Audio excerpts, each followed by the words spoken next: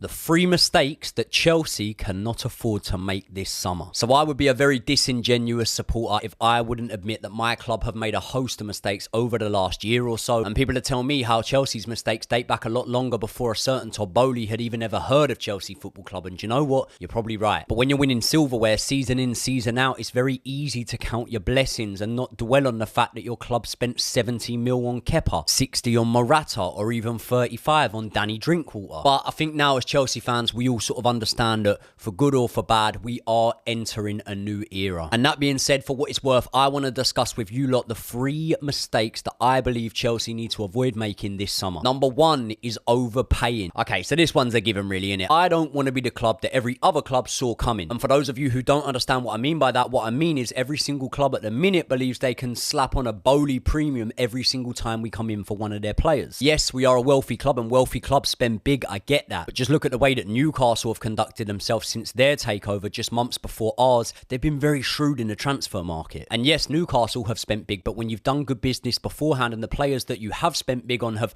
pretty much for the most part lived up to their price tag, you're not looked at as a club that have no idea, no direction and no footballing sense. Do I think that the likes of Enzo Fernandez has a good chance of being well worth the money we spent on him given the length of contract, his age and the potential sell-on value? Yes. Do I think that the likes of Kane Chukwuemeka, Madueke, Badiashile were all fairly priced given the glimpses of talent we've seen from them? Yes. But let's not pretend that we didn't need to pay Atletico 4 million per goal scored by João Felix, or paying Brighton and Hove Albion 62 million for a player that is literally the 3rd best left back at our club. So as buzzing as I will admit I am when a new big signing comes through the door, once the novelty dies off, we as a fan base understand the risks that we are taking as a club. I'd actually like to see us back out of deals when clubs try and slap a Boehly tax on us in the future and maybe look at the depth of options we do have or invest more in our scouting. Leicester were pulling these players out the bag for years. Brighton and Hove Albion, you look at some of the gems that they've uncovered and surely if we invest more in that, we could be doing the same. Number 2, the second thing I want to see from my club this season is to not sell off all of our young talent. Yep, I know you may be thinking I'm a hypocrite after previous videos where I've said the sales of the likes of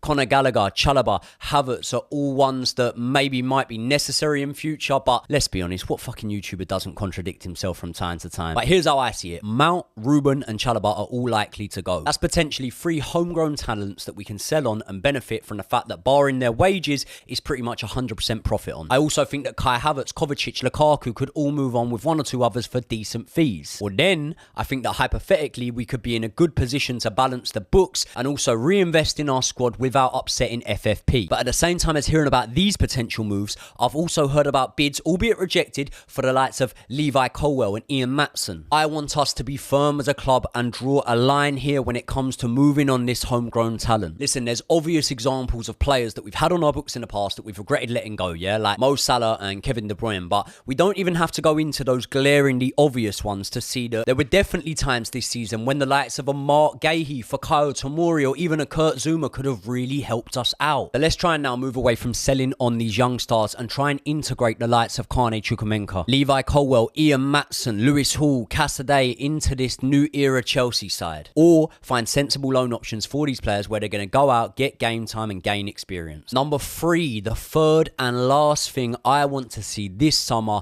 is Todd Boehly step away from the forefront. Now this is something I've spoken on before, and if we read into what's been reported in the media, it genuinely could happen. But nevertheless, it is still a point that I want to stress to you lot and Todd, because I know you're watching. Listen, I ain't even hating on Todd Boehly. I think that some of the decisions he's been mocked for in the short term, he'll possibly be vindicated for in the long term. But some people won't like me saying this, but I speak the truth on here and I'm not ready to water down what I'm saying just yet. We as Chelsea fans obviously loved Roman Abramovich. He's the ex-bird that we're never going to top.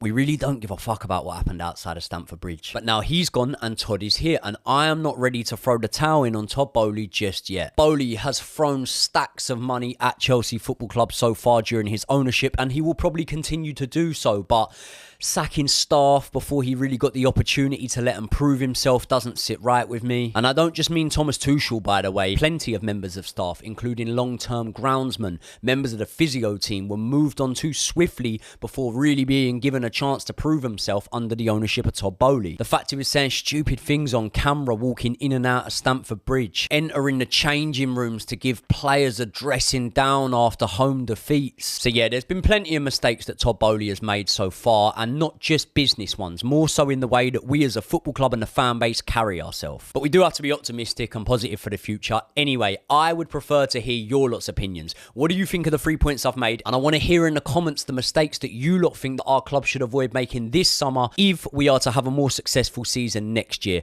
I will be live in the comments as soon as this video drops, and I'll be replying to every single comment. So let me know your thoughts on this video, and please do me a massive favor. If you're not already, subscribe to the channel, hit the bell so that you get notifications every time one of my videos goes up, and I will see you lot all in the next one.